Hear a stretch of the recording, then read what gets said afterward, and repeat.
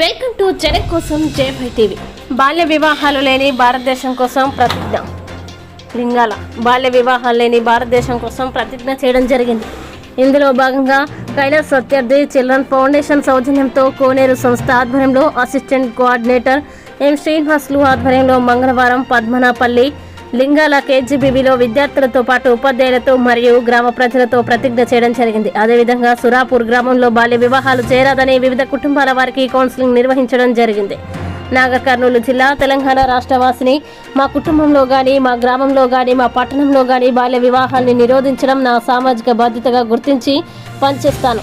18 సంవత్సరాలు నిండని అమ్మాయికి మరియు 21 సంవత్సరాలు నిండని అబ్బాయికి వివాహం చేయకూడదు. అది చట్ట ప్రకారం నేరం. దీనికి గాను 2 సంవత్సరాల జైలు శిక్ష, ₹1,00,000 జరిమానాతో పాటు దీనిలో భాగమైన అమ్మాయి, అబ్బాయి, వారి తల్లిదండ్రులు, బంధువులు, పెళ్లి నిర్వాహకులు, మద్దతుదారులందరూ శిక్షించబడతారు.